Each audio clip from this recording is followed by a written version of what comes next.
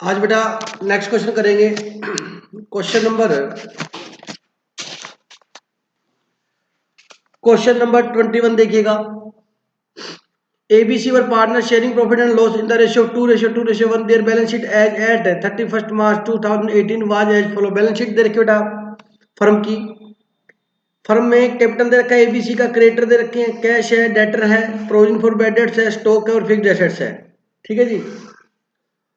On the above date they dissolved the firm and the following amount were realized। उन्होंने firm का dissolution कर दिया, उनको ये अमाउंट रिलाइज हुई। फिक्स्ड एसेट से कहता है 6,75,000 मिले, स्टॉक से 3,39,000, डेटर से 1,35,000, क्रेडिटर को हमने 1,85,000 दिए फुल सेटलमेंट में, और रिलाइजेशन के खर्चे कितने हुए 19,000।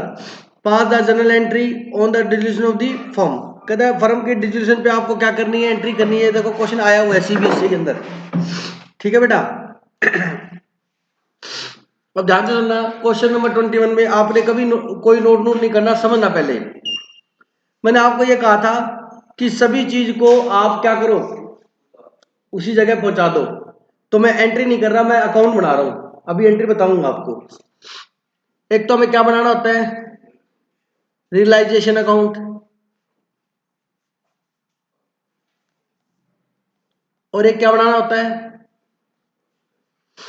Partners capital account. Partners capital account.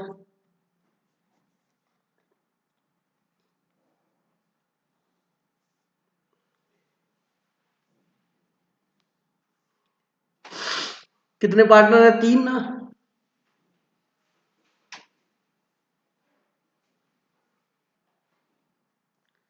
A B और C, A B और C, पर्टिकुलर्स और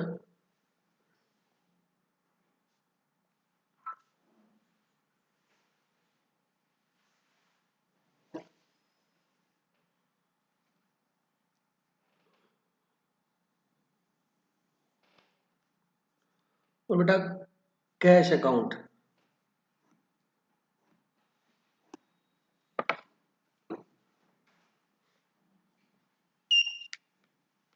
सुनो जरा ध्यान से, मैंने कहा था एसेट्स क्या होती है, DR, उसको क्लोज करने के लिए क्या करेंगे, CR। तो एंट्री होगी रियलाइजेशन टू एसेट्स। तो आपको ऐसे बताया था इधर आएंगे एसेट्स, और नहीं समझ में आया तो एसेट्स को ऐसे उतारना है और लायबिलिटी को ऐसे, याद होगा आपको। ठीक है, लेकिन लॉजिकली एंट्री क्या होगी, realisation account debit to assets. तो अपने क्या लिखेंगे, टू एसेट्स। अब एसेट्स के अंदर सारी एसेट्स लिख दो। सबसे पहले क्या दे रखा है, cash at bank. Cash at bank का तो बेटा अकाउंट कैश एट बैंक मतलब कैश ओब्लिक बैंक अकाउंट है ये। उसका बैलेंस दे रखा है, उसका बैलेंस लिख देंगे टू बैलेंस BD। कैश को क्लोज थोड़ा ना करना है भाई, कैश को सेल थोड़ा कर सकते हैं अपने, बाकी एसेट्स को सेल कर सकते हैं। तो कैश का ओपनिंग बैलेंस आपके पास कैश कितना है फर्म में, 3 लाख रुपए लिख दिया। उसके बाद डेटर बेटा, तो टू डेटर कितने, 1,95,000। ठीक है। अब प्रोविजन क्या होता है, CR होता है, तभी तो इसमें से लेस हुआ है। तो प्रोविजन को क्या लिख देंगे इधर वाली साइड में, by provision for bad dates. कितना बेटा, 5,000। ये बात समझ आ गई। टोटल लेटर मैंने यहां दिखा दिया 195, प्रोविजन मैंने इधर वाली साइड दिखा दिया, तो 195 इधर 5, तो नेट कितना बचा 190। चाहो तो आप नेट 190 भी लिख सकते हो। ठीक है बेटा, लेकिन आपकी बुक में ऐसे किया हुआ है क्योंकि एसेट DR थी, हमने CR कर दी। मतलब realise account debit to assets. Provision क्या था CR, तो उसको क्या करेंगे बंद करने के लिए DR। Provision account DR to realisation, तो रियलाइजेशन क्या लिखेंगे, बाय प्रोविजन। बात समझ आ गई मेरी बात। उसके बाद है टू स्टॉक, कितना है 3 लाख, और टू फिक्स्ड एसेट्स 7,10,000। यहां तो कोई डाउट है, सारी एसेट देख लो खत्म होगी। अब इधर आ जाओ, इधर सबसे पहले कैपिटल दे रखी है, तो कैपिटल को कैपिटल के अकाउंट में डालो, बाय बैलेंस BD 750, 3 लाख और 2,50,000। अब मैं आपको पूरा क्वेश्चन करा रहा हूं कि आपको पहले क्लियरिटी आए कि कैसे होता है। छोटे छोटे पार्ट पूछ रखे हैं वो मैं करवा दूंगा। यहां तक हो गया। अब क्रेडिटर, क्रेडिटर इधर आएगा बेटा। क्रेडिटर क्या होते हैं, CR बंद करने के लिए DR। तो क्रेडिटर टू रियलाइजेशन, तो रियलाइजेशन क्या लिखेंगे, बाय क्रेडिटर। कितना 2 है क्या? ठीक है, ये लो जी, सारी एसेट्स और सारी चीजें मैंने बैलेंस शीट से तो खत्म कर दी। बैलेंस शीट खत्म होगी ना, बैलेंस शीट में जो आइटम सीआर थे उसको डीआर कर दिया, जो डीआर थे उसको सीआर कर दिया, कैपिटल को कैपिटल के अकाउंट में भेज दिया और कैश को कैश के अकाउंट में। अब ये भी अकाउंट ओपन है सर, ओपन मतलब अगर ये इक्वल हो जाए तो क्लोज हो जाएगा, क्योंकि इक्वल हो जाएगा तो बैलेंस क्या बचेगा? जीरो। तो बैलेंस जीरो है तो बैलेंस शीट में भी जीरो। अब ये 3 अकाउंट है मेरे पास खुले हुए। अब अपने क्या करेंगे, एसेट्स को देखो, एसेट्स यहाँ एसेट सेल यहां पर होगी और लायबिलिटी की पेमेंट यहां पर होगी। जब लेजर बनाने तो सिंपल सा कंसेप्ट है, समझ गए? क्यों? क्योंकि एसेट्स को आपने बंद कर दिया, एसेट्स बेचोगे तो पैसा आएगा, कैश टू रियलाइजेशन। तो रियलाइजेशन में क्या लिखोगे? By cash. लायबिलिटी की पेमेंट करोगे तो कैश जाएगा, रियलाइजेशन टू कैश, तो टू कैश। बोल बात समझ आएगी? चलिए, अब कहता है हमारे को फिक्स्ड एसेट से कितने मिले? 675, स्टॉक से कितने मिले? 339 और डेटर से कितने मिले? 135। तो अपने क्या एंट्री करेंगे? इकट्ठी कर दूं क्या? Cash account debit to realisation, तो क्या लिखेंगे? By cash. अब आप इकट्ठा लिख दो, यहां पर कितना कितना था? 675 प्लस 339 प्लस 135, टोटल बताना बेटा। 11,49,000 हो गया जी। क्रेडिटर को कहता फुल सेटलमेंट में हमने कितने पे किए? 185। क्रेडिटर थे कितने? तो ठीक है भैया, उन्होंने डिस्काउंट ले लिया इसका, हमने फुल सेटलमेंट में दिए कितने? 185। तो यूनिका यहाँ 2 लाख है, यहाँ 185 आएगा, अपने आप 15,000 प्रॉफिट बुक हो जाएगा, क्योंकि सीआर कितना हुआ है? 2 लाख, और इधर डीआर कितना होगा? 185। सिर्फ इन दोनों को ही देख, इधर 2 लाख इधर 1, तो सीआर साइड का अपने आप 15,000 वो अपने आप बुक कर देगा ये, ठीक है? तो इधर लिखेंगे टू कैश, ब्रैकेट में लिख सकते हो क्या पे किया? क्रेडिटर। कितने बेटा? ये लो जी, एसेट्स को ट्रांसफर करिए, लायबिलिटी को ट्रांसफर किया, एसेट्स से रियलाइज कर लिया और क्रेडिटर को हमने पेमेंट कर दी, ठीक है? उसके बाद मैंने बताया था कोई रिजर्व है तो बांट दो, है ही नहीं। कोई करंट अकाउंट का बैलेंस नहीं है, कोई लॉस नहीं है। बात समझ आएगी नहीं? हो गया जी। अब देखिए सर क्या करें, अब बेटा रियलाइजेशन का प्रॉफिट लॉस निकालेंगे फटाफट। रियलाइजेशन अकाउंट का टोटल करो फटाफट, कौन सी सर लॉस आ रहा है, प्रॉफिट वाला फटाफट निकालो। देखो इसमें ये ध्यान रखना, लॉस भी आ सकता है, प्रॉफिट भी आ सकता है, तो जो साइड बड़ी होगी पहले वो, तो दोनों साइड का टोटल लगा के देखना पड़ेगा। अब देखो यहाँ पर 11, 2, 13 और ये देखते ही आपको पता ये लग रहा है इधर क्या है? 7,10,000। ये कितना है? इधर वाली साइड का टोटल ज्यादा आएगा। अगर नहीं लगे तो करा के देख लेना, जल्दी करके बताओ मेरे को कितना हुआ।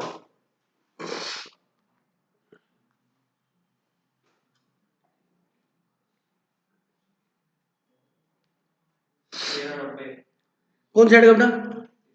डेबिट चेक कर लो यार प्लीज जल्दी से, कर ले बेटा, करना।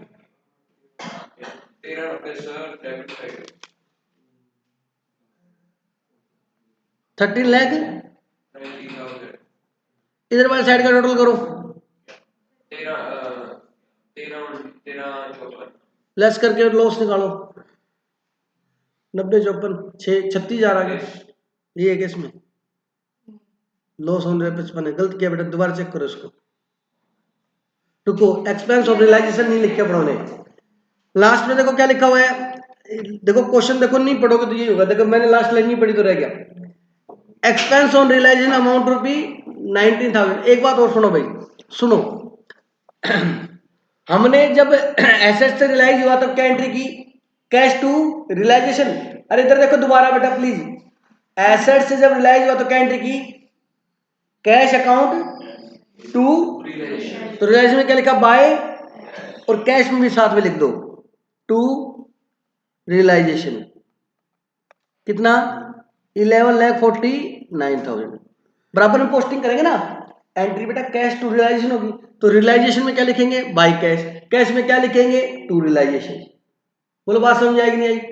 11th क्लास में था, जनरल एंट्री की पोस्टिंग की है यार, इसमें ऐसे क्या है बताओ? ठीक है, उस टाइम मैंने एक जगह लिखा, दोनों जगह लिख दिया। अब आपने पेमेंट की तो क्या एंट्री की? Realisation account debit to cash, तो रियलाइजेशन में क्या लिखा? टू कैश, और कैश में क्या लिखेंगे? By realisation. कितना बेटा 185। कैश अकाउंट का मतलब ये है इतना कैश हमारे पास था, एसेट्स को बेचने से इतना कैश और आया और ये कैश हमारा गया है, तो इससे कैश का बैलेंस बच जाएगा। ठीक है, चलो ये मैंने क्या किया, एंट्री की थी, एंट्री में डीआर और सीआर दोनों होते हैं ना, लेकिन पोस्टिंग क्या की थी, एक जगह की थी, अब मैंने दोनों जगह कर दी। बात समझ आई नहीं आई? अच्छा, अब क्वेश्चन के अंदर है हमारे को कहता है कि 19,000 रुपए रियलाइजेशन के खर्चे हुए, तो रियलाइजेशन के खर्चे तो मेरा खर्चा डेबिट होगा, तो एंट्री क्या होगी, realisation account debit to cash. तो क्या लिखोगे, टू कैश।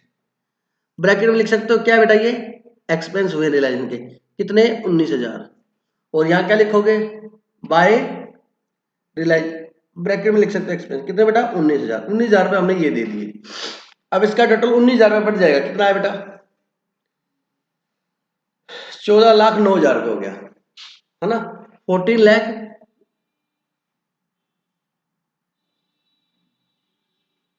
14,09,000 वो लेस करके 36 आ रहा था ना पहले, 36 में 19 और बढ़ गया, ये 55 हो गया।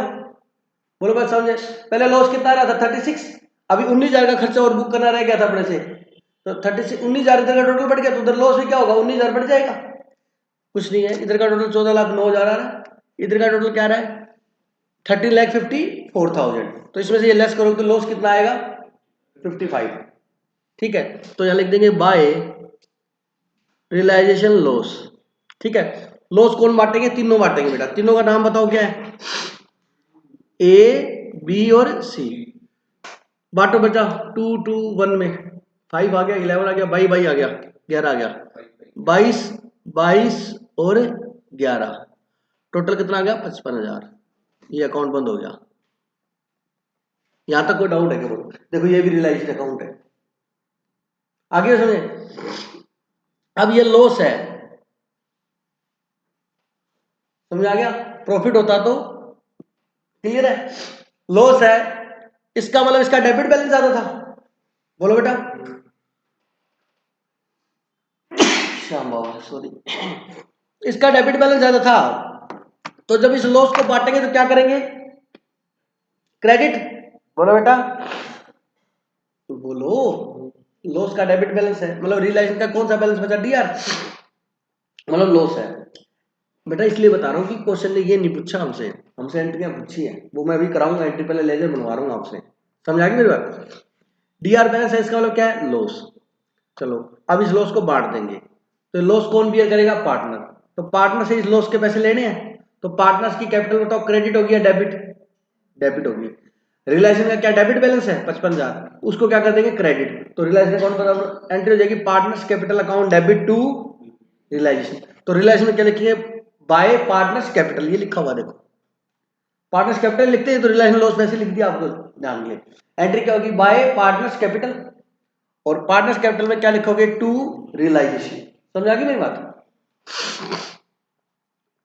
टू रियलाइजेशन, ब्रैकेट में लिख सकते हो, ये लॉस आया है बेटा, कितना 22 22 और 11, मैं दोनों पोस्टिंग एक साथ कर रहा हूं, कोई दिक्कत तो नहीं है, आगे लॉस बांट दिया, ये क्लोज हो चुका है।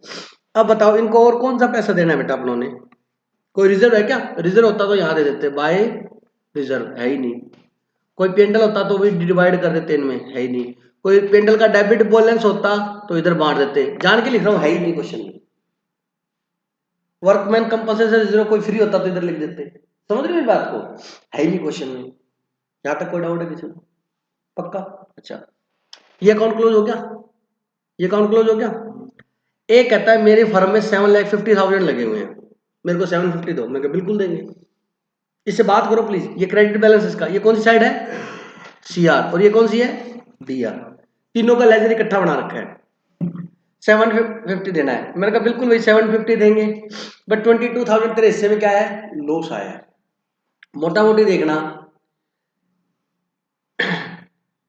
750 में से 22,000 रुपये लेस कर दो, कितना बचा 7,28,000, तो बताओ इसका बैलेंस कितना बचा 7 लाख, तो इसको कितना पेमेंट करनी है 728। जैस्मिन जब ए को 728 पे करेंगे तो एंट्री क्या होगी बेटा,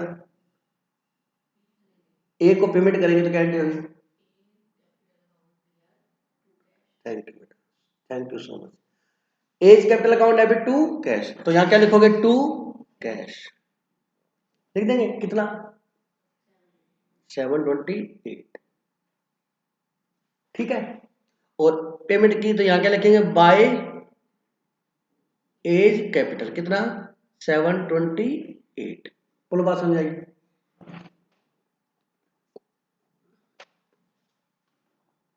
आगे बात समझ, बोलो बेटा। ए का कॉलम बराबर हो गया, इधर टोटल कितना है 750 और इधर भी कितना आ गया 750। क्लियर है भाई।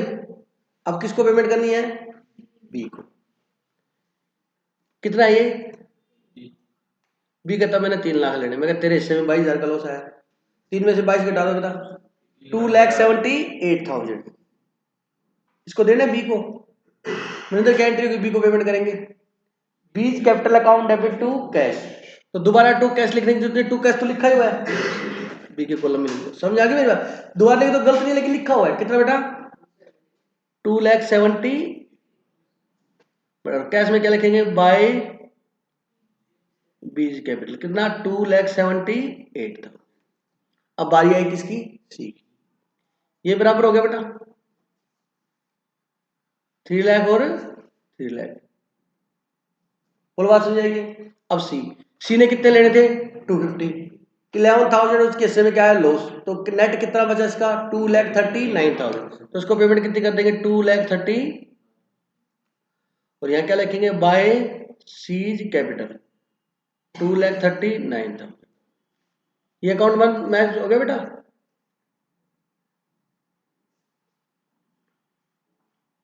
गुरमीत कैपिटल अकाउंट का बैलेंस कितना बचा बेटा, 0। कई क्वेश्चन तो मैं बहुत सिली क्वेश्चन पूछता हूँ। कैपिटल अकाउंट का बैलेंस 0, बैलेंस होता तो लिखा टू बैलेंस सीडी लिखता मैं, है ही नहीं। देखो मतलब ये कहता 750 लेने थे, 22,000 रुपये लॉस था, 728 दे दिए, तो हिसाब इसका हिसाब हो गया नक्की। सिंपल लैंग्वेज में बोलो तो खत्म हो गया, हो गया। अच्छा इसका बैलेंस भी क्या है 0, ये अकाउंट बंद हो गया, ये अकाउंट बंद हो गया। अब बचा कौन सा, सिर्फ कैश अकाउंट। अब क्या है ध्यान से सुनना, कैश अकाउंट ये 11,49,000 था और ये क्या था 3 लाख। इसका टोटल करो कितना हुआ 14,49,000। इधर का टोटल करो बेटा। अगर ये टोटल मैच नहीं है तो इसका क्वेश्चन आपका गलत है। हमने उतना ही कैश बांटा है जितना हमारे पास था। बोलो बात समझ आएगी नहीं। ये चलो बिल्कुल मैच आया, मतलब 14,49,000 कैश था हमारे पास और ये कैश हमने ऐसे ऐसे दे दिया। ये ऐसा क्वेश्चन आता है बहुत बार। अब ये क्वेश्चन नहीं करवाया तो उसने इसकी एंट्रियां करवाई थी मैंने, हालांकि सारी एंट्री बोल बोल के पोस्टिंग की है, वो है पोस्टिंग नहीं पूछी उसने, एंट्री पूछी है। अभी मैं एंट्री करूंगा, इसको फटाफट से नोट कर लो एक बार आप।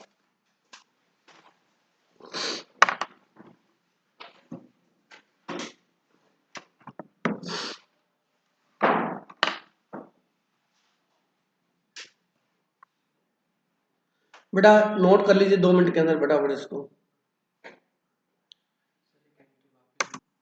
बेटा इस क्वेश्चन में ये नहीं पूछा मैंने, आपको ये जरूर लॉजिक बताना था पूरा क्वेश्चन करवा के ऐसे होता है। अब इसमें एंट्री पूछी है, एंट्री सुन लो। पहली एंट्री मैंने ये की थी, realisation account debit to stock, आप कर दोगे realisation account debit to stock to debtor to fixed assets होगी। फिर दूसरी एंट्री क्या की है, provision for bad debts account debit to realisation, अलग से कर दो। फिर आगे क्रेडिटर अकाउंट डेबिट टू, फिर एसेट्स को बेची तो कैश टू रिलाइजेशन, लायबिलिटी की पेमेंट की तो realisation account debit to cash, loss को बांटा तब capital account debit to realization, हो गया।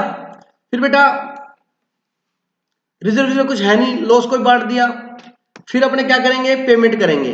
पेमेंट करेंगे तो क्या एंट्री होगी, A's capital account debit, B's capital account debit, C's capital account debit to cash. ये एंट्रियां करनी, लिख लोगे। उन्हीं एंट्रियों से ये पोस्टिंग हुई है, हम कंफर्म है। क्वेश्चन नंबर 20 किस किसने कर लिया था ट्राई घर पे, सिर्फ एक बच्चा। नहीं बेटा लेट हो जाएंगे, वही करवा रहा हूं। क्वेश्चन नंबर 20 निकालो, क्वेश्चन नंबर 20 निकालिए प्लीज।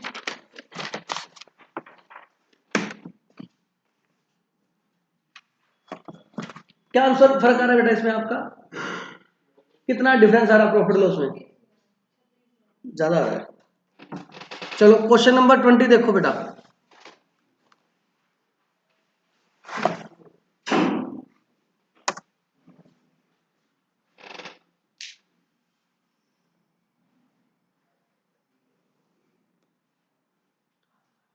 ओनली रियलाइजेशन अकाउंट बनवाया बेटा इसने हमसे,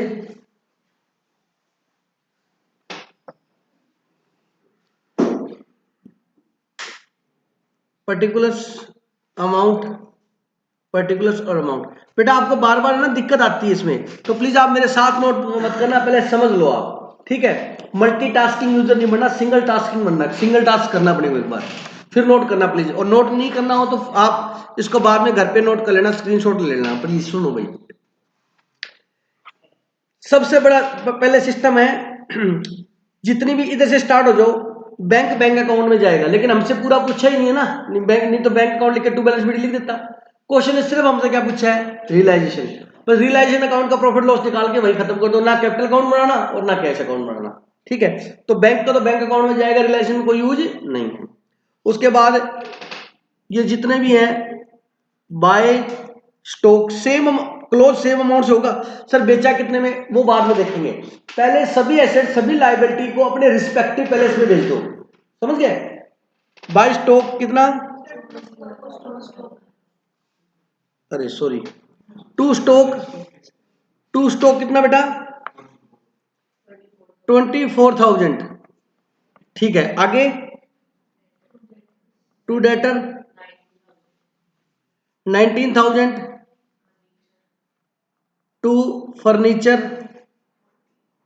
40,000, टू प्लांट 2,10,000, टू इन्वेस्टमेंट 32,000। और ये लॉस है, लॉस है ना, पेंटल का डेबिट बैलेंस है ये, तो पार्टनर्स कैपिटल अकाउंट में बढ़ जाएगा। लॉस डीआर है तो इसको क्या करेंगे, सीआर, उनकी कैपिटल को क्या करेंगे, डीआर, समझ गए। चलो हालांकि इस क्वेश्चन में कुछ नहीं बता रहा हूं, ये आगे जी इधर आ जाओ। ट्रेड क्रेडिटर बाय क्रेडिटर कितना 40, मैं फिर आपको बेटा दोबारा बताओ, अब मैंने कहा कि बेटा मत नोट करो प्लीज, आपने कसम खाई होगी दिनेश सर के अगेंस्ट ही रहना हमेशा। एम्प्लॉई प्रोविडेंट फंड कितना बेटा 60,000, लाइबिलिटी है, एम्प्लॉय का पीएफ का पैसा है ये। Mrs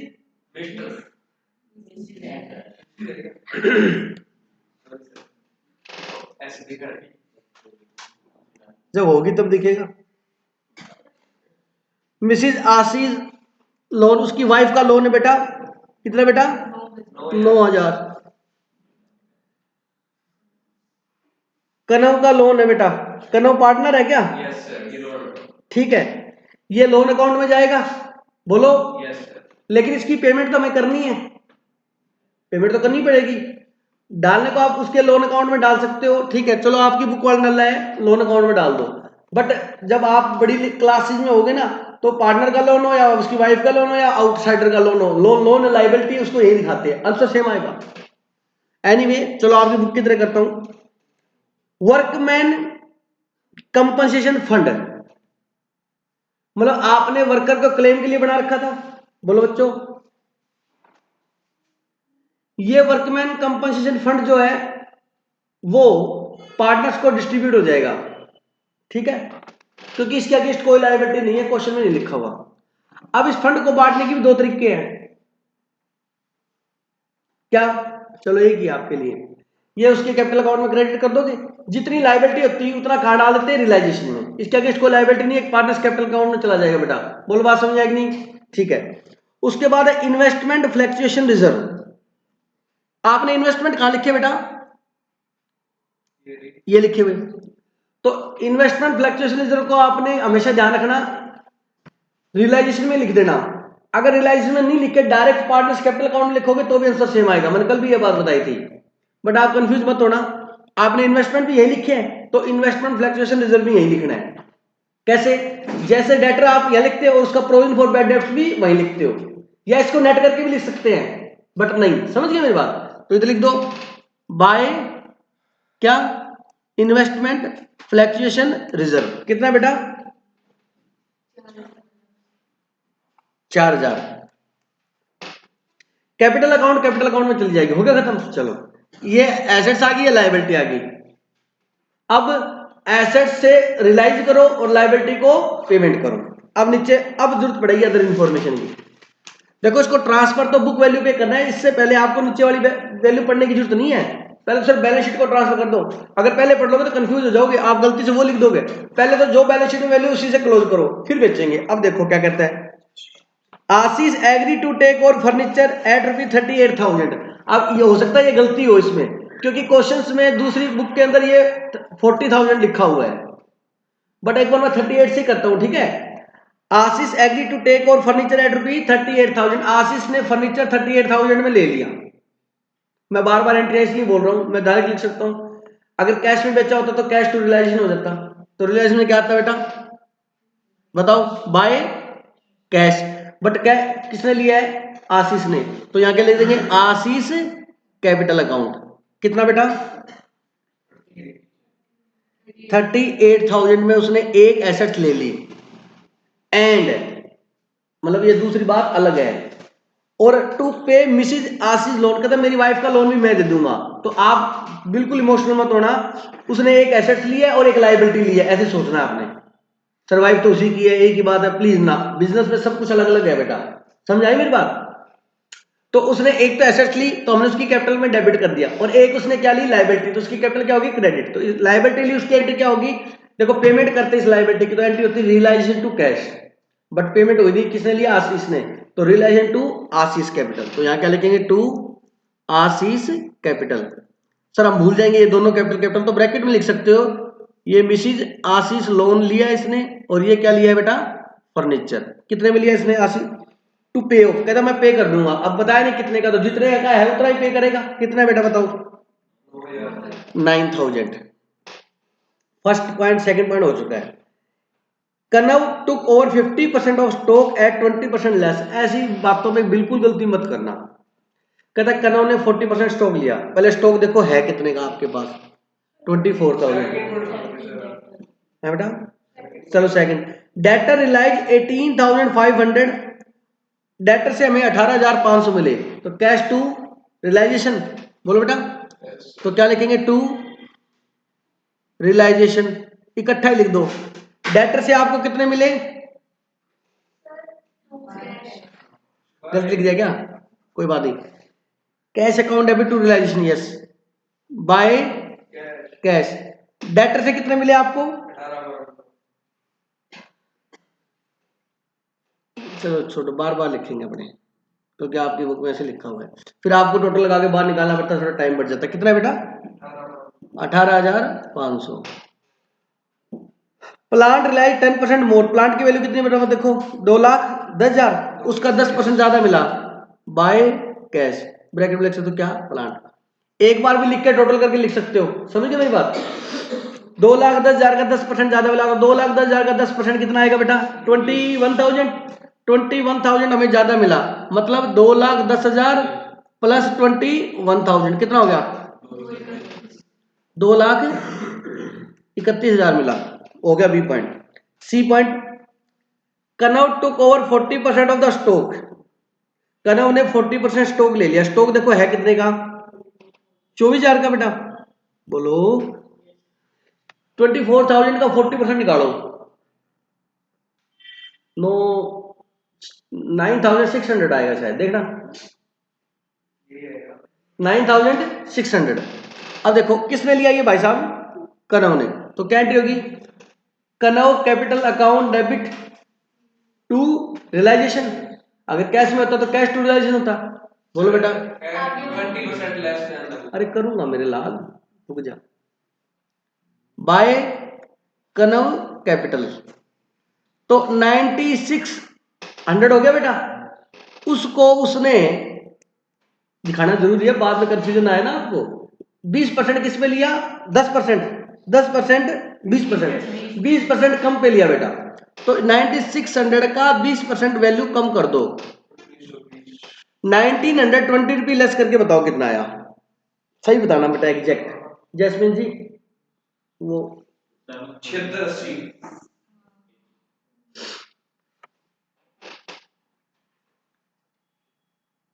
7,680। Remaining stock was sold at A gain of 10%।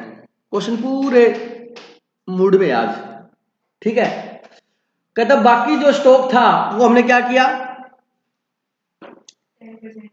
Gain पे भेज दिया। अब बच्चा गलती क्या करता है, बेचा ना आपने, तो एंट्री क्या होगी, cash account debit to realisation, तो रियलाइजेशन क्या लिखेंगे, बाय कैश। बाकी स्टॉक, मेरी बात सुनो, मेरी बात प्लीज, स्टॉक कितने का था, 24,000 का। नवपाल 40% स्टॉक बेटा वो ले गया, कौन, कनव, तो स्टॉक बचा कितने परसेंट, कनव आपका नाम है बेटा, कनव क्या, सॉरी, नवपाल आपका नाम है। नवपाल कितना बचा, 60% बचा,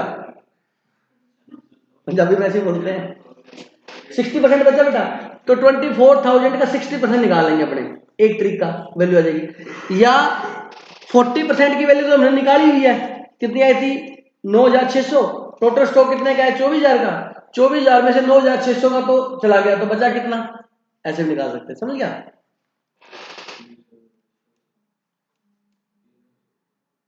24,000 का कितने परसेंट स्टॉक बेचेंगे हम, 60%।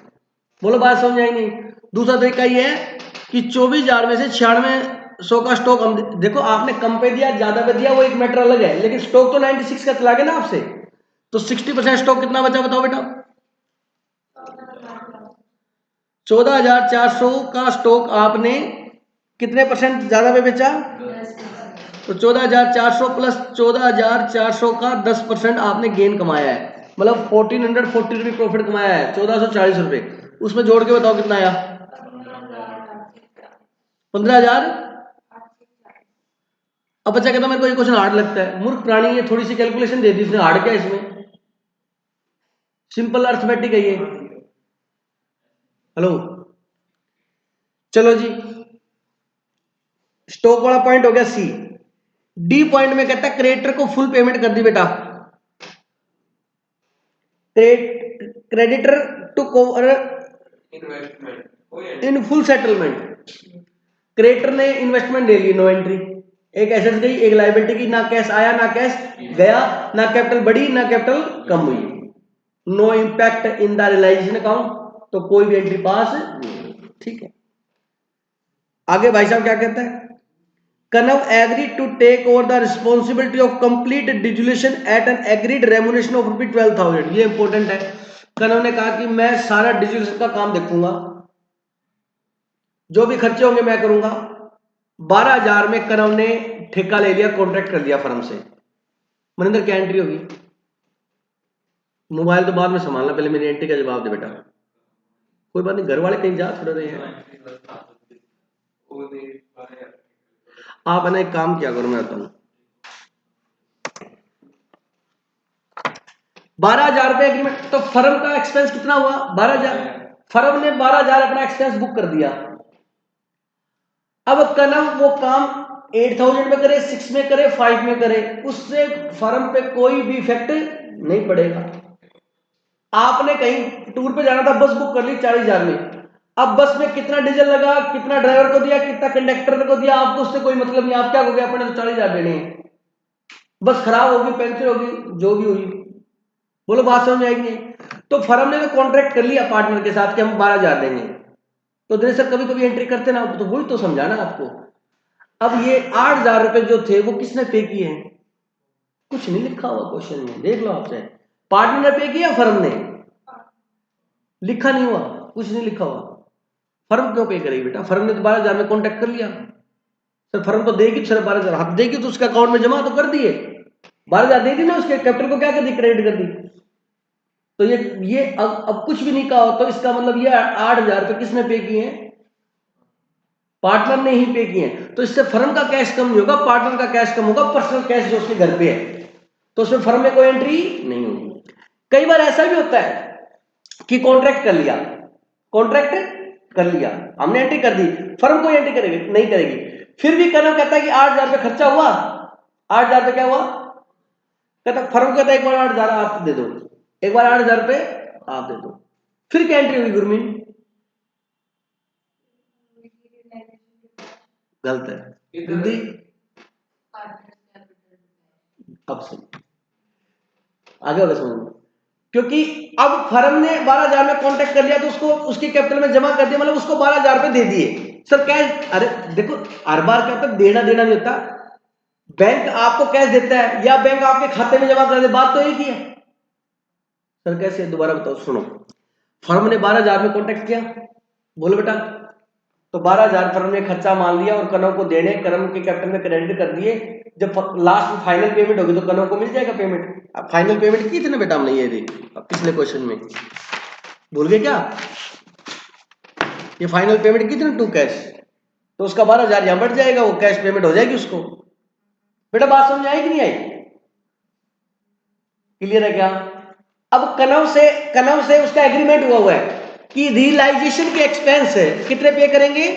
12,000। सर मैं क्लास लेके करूं?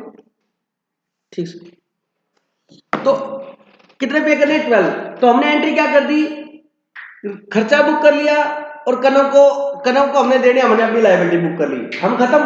अब किसकी जिम्मेवारी है पेमेंट करने की? कनव की। लेकिन कनव ये बोलता है कि यार फर्म एक बार आप दे दो, कैश मेरे पास है नहीं। फर्म को डजंट मैटर, हम देंगे तो हमारा कैश कम होगा, टू कैश, और तेरी कैपिटल में से कम होगा। बोलो बात समझ आएगी? क्यों? क्योंकि हमने तेरे को 12,000 रुपए दे रखे हैं, तेरी कैपिटल में जमा है। बोलो बात समझ आएगी? तो एंट्री क्या होगी बेटा? करो capital account debit to cash. अगर कुछ भी नहीं बताया हुआ तो अब कनव की लायबिलिटी वो खुद पे करेगा। मैं समझ आ गई बात मेरी? नहीं आई शायद, करें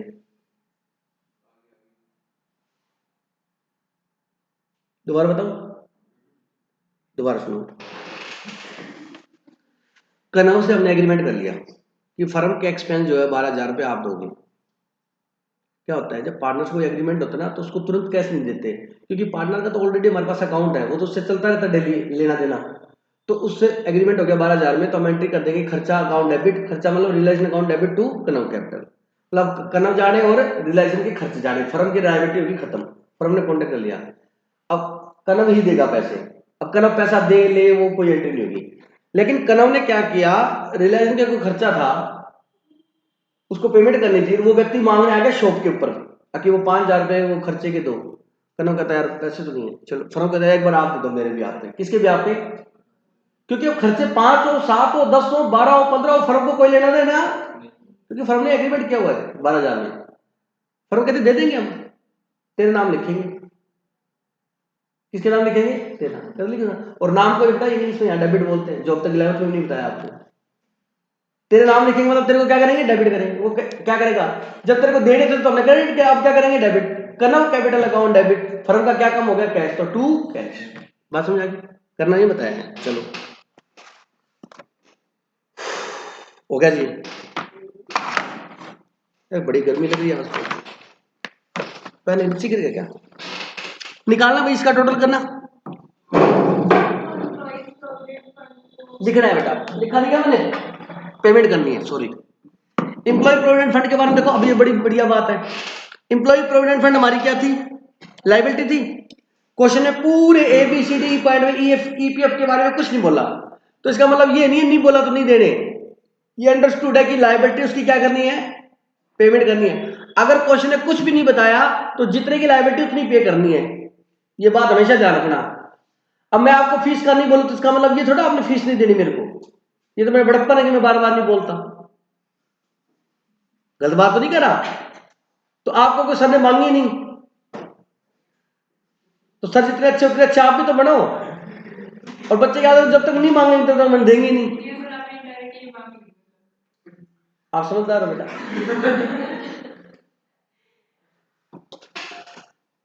एक बात ध्यान में, लायबिलिटी के बारे में कुछ नहीं बताया हो तो जितने की लायबिलिटी उतनी पे करनी है, ध्यान रखना।